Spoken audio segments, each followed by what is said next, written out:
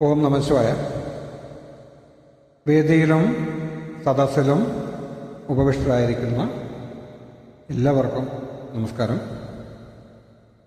ചതുർവേദ ജ്ഞാനയജ്ഞത്തിൻ്റെ ഭാഗമായി ഇന്ന് ഇവിടെ നടന്ന നക്ഷത്ര വനവൽക്കരണത്തിൽ പങ്കെടുക്കുവാൻ കഴിഞ്ഞതിൽ തദ്ദേശീയ പാരമ്പര്യ ചികിത്സാ വിഭാഗം എന്ന സംഘടനയുടെ അംഗമെന്ന നിലയിലും വ്യക്തിപരമായും സന്തോഷമുണ്ട്.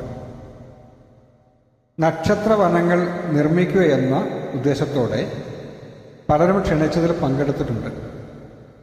എന്നാൽ കുറച്ചു കാലം കഴിയുമ്പോൾ അതൊക്കെ സംരക്ഷണമില്ലാതെ വാടിക്കരിഞ്ഞും ശുഷ്കിച്ചും കാണപ്പെടാറുണ്ട്. പക്ഷേ ഇവിടെ അത് സംഭവിക്കില്ല. കാരണം ഇതൊരു മഹായജ്ഞത്തിൻ്റെ ഭാഗമായി മഹാദേവൻ്റെ തിരുമുമ്പിൽ തന്നെയാണ് വളർന്നു വരേണ്ടത്. അതുകൊണ്ട് തന്നെ ശിവഭൂതഗണങ്ങൾ അത് നശിച്ചു പോവാതെ യുഗയുഗാന്തരങ്ങളോളം സംരക്ഷിച്ചു കൊള്ളുമെന്നാണ് ഞാൻ വിശ്വസിക്കുന്നത്. മറ്റൊന്ന്, പരശുരാമ കേരളത്തിൻ്റെ എന്ന് പറഞ്ഞാൽ കന്യാകുമാരി മുതൽ ഗോകർണം വരെയുള്ള പരശുരാമ കേരളത്തിൻ്റെ ഭൂരിഭാഗവും സഞ്ചരിച്ചുകൊണ്ടാണ് ഇന്നിവിടെ നട്ടിരിക്കുന്ന നക്ഷത്ര വൃക്ഷങ്ങളുടെ വരവ്. അത് പല പ്രമുഖരുടെ കൈകളിൽ നിന്ന് ഏറ്റുവാങ്ങിക്കൊണ്ടാണ് എന്നുള്ള പ്രത്യേകതയുമുണ്ട്. ഇതിനെക്കുറിച്ച് വിശദമായി നമ്മുടെ കൂടെ തന്നെയുള്ള ഈ യാത്രയിൽ മുഴുവനായും സഞ്ചരിച്ച നമ്മുടെ ശ്രീ ബാബു ഇത് സംസാരിക്കുന്നതാണ്. ഞാൻ അതിലേക്ക് കൂടുതൽ കടക്കുന്നില്ല. രണ്ടാമത്, ചതുർവേദ ജ്ഞാനയജ്ഞ ഭൂമിയാകുവാൻ പോകുന്ന ഭൂമിയാണ് എന്ന് പറയുന്നു. ചതുർവേദങ്ങൾ എന്ന് പറയുന്ന 4 വേദങ്ങളിൽ മാറ്റി നിർത്തപ്പെട്ടിരുന്ന, അതല്ലെങ്കിൽ ഉൾപ്പെടാതിരുന്ന, അല്ലെങ്കിൽ ഭ്രഷ്ട് കൽപ്പിച്ചിരുന്ന ഒരു വേദമാണ് അഥർവം. ഈ അഥർവത്തിൽ നിന്നാണ് ഞാനടക്കം കൈകാര്യം ചെയ്യുന്ന ആയുർവേദത്തിൻ്റെ ഉറവിടം എന്ന് മനസ്സിലാക്കാം. ഇനി അഥർവം എന്ന് പറയുന്നത് ഒരു മഹാനദി പോലെയാണ്. ആ നദി സനാതന ധർമ്മപ്രകാരം ശാന്തമായി ഒഴുകിക്കൊണ്ടിരിക്കുന്നതാണ്. എന്നാൽ ചിലർക്ക് അതിൽ ഇറങ്ങി നിൽക്കുവാനും ജലം കോരിയെടുക്കുവാനും അത് നുകരുവാനുമുള്ള സ്വാതന്ത്ര്യം ഒരു കാലത്ത് ഉണ്ടായിരുന്നില്ല. അത് ത്രേതായുഗമോ ദ്വാപരയുഗമോ പരതിയാലും കലിയുഗത്തിൻ്റെ ആരംഭം പരതിയാലും ഇത് തന്നെയാണ് അവസ്ഥ. എന്നാൽ നാം അറിയാത്തൊരു കാര്യമുണ്ട്. ആ കാലത്ത് തന്നെ ഈ അഥർവ നദിയുടെ വഴി മാറ്റി ഒഴുക്കിയ ശാഖകളിൽ നിന്ന് ജലം നുകർന്ന് ശക്തി പ്രാപിച്ച ഒരു വിഭാഗം ഇവിടെ ഉണ്ടായിരുന്നു, ഇപ്പോഴുമുണ്ട്. അതിലൊന്നാണ് പാരമ്പര്യ വൈദ്യം എന്ന് പറയുന്ന ഞങ്ങളുടെ സമൂഹം. കാരണം ആദി ദ്രാവിഡ തമിഴ് സിദ്ധശീലുകളും സംസ്കൃതത്തിൻ്റെ രീതിയിലുള്ള അഥർവത്തിൻ്റെയും കൂട്ടുപിണഞ്ഞതായുള്ള ഒരു രീതിയാണിത്. പലപ്പോഴും ഇത് അഥർവമാണ് എന്ന് അറിയാതെയാണ് ഈ വൈദ്യസമൂഹം മൂലമന്ത്രം പോലെ ഉപാസിച്ചിരുന്നത്. ഓം എന്ന പ്രണവം ചേർത്തുകൊണ്ട് അതിനെ മന്ത്രമാക്കി മാറ്റിയിരുന്നു. ചിലപ്പോൾ അതിൻ്റെ ഋഷിയും ഛന്ദസ്സുമൊക്കെ മനസ്സിലാക്കാതെയോ ഓർക്കാതെയോ ഒക്കെ ആയിരിക്കാം ജപിക്കുന്നത്. പക്ഷെ എന്നാലും അവനിൽ അഥർവണി എന്ന് പറയുന്ന അഥർവ വേദജ്ഞാനിയായ ഒരു സ്വരൂപം മഹാദേവന്റെ അനുഗ്രഹത്താൽ കടന്നു കൂടിയിട്ടുണ്ടായിരുന്നു എന്നത് ഒരു സത്യമാണ്. ഓം അയം മേ ഹസ്തോ ഭഗവൻ അയം മേ ഭഗവത്തരഃ അയം മേ വിശ്വഭൈഷജഃ അയം ശിവഭിമർശനഃ. ഇത് അഥർവ മന്ത്രമാണ്. ഇതിൽ തെറ്റുകളുണ്ടാവാം.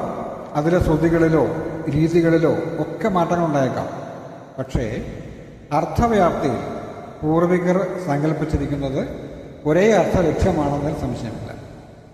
അതായത് എൻ്റെ കൈകൾ അനുഗ്രഹീതങ്ങളാണ്, അത് സമസ്ത ലോകരുടെയും രോഗങ്ങൾ ഭേദമാക്കുവാൻ പ്രാപ്തമാണ്. അത് വിശിഷ്ടമായ തൈലക്കൂട്ടുകൾക്ക് തുല്യമായി വ്യാധിയെ ഇല്ലാതാക്കുന്നതാണ്. അത് മംഗളകാരിയും ശിവഹസ്തങ്ങൾക്ക് തുല്യവുമാണ്. ഇത്തരത്തിലുള്ള ഒരു സാമാന്യ അർത്ഥമാണ്. ഞാൻ മുമ്പ് പറഞ്ഞതുപോലെ കൈവഴികളിലൂടെ അഥർവണികളാവുന്നവർ ഉപാസിച്ചു പോരുന്ന അനേകം മന്ത്രങ്ങളിൽ ഒന്നാണ്. ഇത് ഉദാഹരണത്തിൽ പറഞ്ഞതാണ്. ഇതുപോലെ ധാരാളം മന്ത്രങ്ങൾ ഈ രീതിയിലുണ്ട് എന്ന് മനസ്സിലാക്കുക. ഇനി അഥർവജ്ഞാനികളെ നാലായി തിരിച്ചിട്ടുണ്ട് എന്ന് മനസ്സിലാക്കണം. മനുഷ്യജ, അതായത് ഔഷധങ്ങൾ കൊണ്ട് ചികിത്സ ചെയ്യുന്ന ഒരു രീതി. ദൈവി, അതായത് പഞ്ചഭൂത ഉപാസന എന്ന് പറയുന്നത്. ആംഗിരസി, സർവജ്ഞാനി എന്ന അർത്ഥതലം. അതുപോലെ അഥർവണി. അഥർവണി എന്ന് പറയുന്നത് അഥർവണിയാണ് ഇവിടെ ചൂണ്ടിക്കാണിക്കുന്നത്. ഔഷധമില്ലാതെ വ്യാധി മാറ്റുവാൻ ശേഷിയുള്ളവൻ എന്ന് പറഞ്ഞാൽ സ്വശരീരക്ഷേത്രമാകുന്ന നമ്മുടെ ഉള്ളിൽ കുടികൊള്ളുന്ന ഉപദേവതകളെ ഉണർത്തി ആ ദേവതകളെ നാം തന്നെ ആക്കി പ്രവർത്തിച്ച് രോഗശമനം വരുത്തുന്ന അല്ലെങ്കിൽ സ്പർശനമില്ലാതെയുള്ള ചികിത്സാരീതികൾ ചെയ്യുന്ന ഏതൊരുവിനെയും അഥർവണികൾ എന്ന വേദകാലം മുതൽ വേദജ്ഞാനികൾ വിളിച്ചിരുന്നു. എനിക്ക് മുൻപ് സംസാരിച്ച ശ്രീ പ്രഭാകരൻ മാസ്റ്റർ സൂചിപ്പിച്ച ചാർവാക ഋഷി യുക്തിവാദത്തിൽ അടിയുറച്ചു നിന്ന ഋഷിയാണ്. അദ്ദേഹം മാത്രമാണ് അഥർവണിയെ അല്പമെങ്കിലും അംഗീകരിച്ചിരുന്നത് എന്ന് കാണാം. ഞാൻ വഴിമാറിപ്പോകുന്നുണ്ട്. ഈ അഥർവണി എന്ന് പറയുന്ന പൂർവ്വകാലത്ത് വിളിച്ചിരുന്ന അഥർവണി ഇപ്പോഴുമുണ്ട്. പക്ഷേ ഈ മഹാനദിയായി ഒഴുകിക്കൊണ്ടിരിക്കുന്ന, ഈ സനാതന ധർമ്മത്തിലൂടെ ഒഴുകിക്കൊണ്ടിരിക്കുന്ന ഈ അഥർവവേദ നദിയിലെ ശാഖകളിൽ നിന്ന് ജലം കോരി നുകർന്ന് അതറിഞ്ഞ് ആസ്വദിച്ച് അതിൻ്റെ പേരും രൂപവും ഒക്കെ മാറ്റി കാലകാലാന്തരത്തിൽ ഇന്ന് നാം കാണുന്ന റൈക്കി, പ്രാണിക് ഹീലിംഗ് എന്ന് തുടങ്ങി സ്പർശനമില്ലാതെ രോഗശമനം വരുത്തുന്ന പല സമ്പ്രദായങ്ങളുടെയും ഉറവിടം അഥർവമാണെന്ന് പറയുമ്പോൾ എന്നെ കല്ലെറിയേണ്ട. ഇതാണ് സത്യം. ഉദാഹരണമായി ചൂണ്ടുമർമ്മം എന്നൊരു സമ്പ്രദായമുണ്ട്. ആയുർവേദത്തിൻ്റെ, മർമ്മശാസ്ത്രത്തിൻ്റെ, യോഗശാസ്ത്രത്തിൻ്റെ ഒക്കെ പരിശീലനത്തിൻ്റെ ഭാഗമായുള്ള സ്പർശനം കൂടാതെയുള്ള ചികിത്സാ രീതിയാണത്. ചൂണ്ടുമർമ്മം സിദ്ധിയുള്ള ആളെ പൂർവ്വവേദജ്ഞാനികൾ രഹസ്യമായെങ്കിലും അഥർവണി എന്ന് തന്നെയാണ് വിളിച്ചിരുന്നത്. അപ്പോൾ വേദം പഠിക്കുവാൻ അവകാശമില്ലാതിരുന്ന ഒരു കാലത്ത് അതിൻ്റെ കൈവഴികൾ സൃഷ്ടിച്ച് വേദം നുകർന്ന ഒരു പരമ്പര ഇവിടെ ഉണ്ടായിരുന്നു എന്ന് ഞാൻ ഓർമ്മിപ്പിച്ചുകൊണ്ട് നിർത്തുന്നു. അധികം സംസാരിക്കുവാൻ തയ്യാറാവുന്നില്ല. സമയപരിധി ഒരുപാട് കടന്നു പറയുന്നു.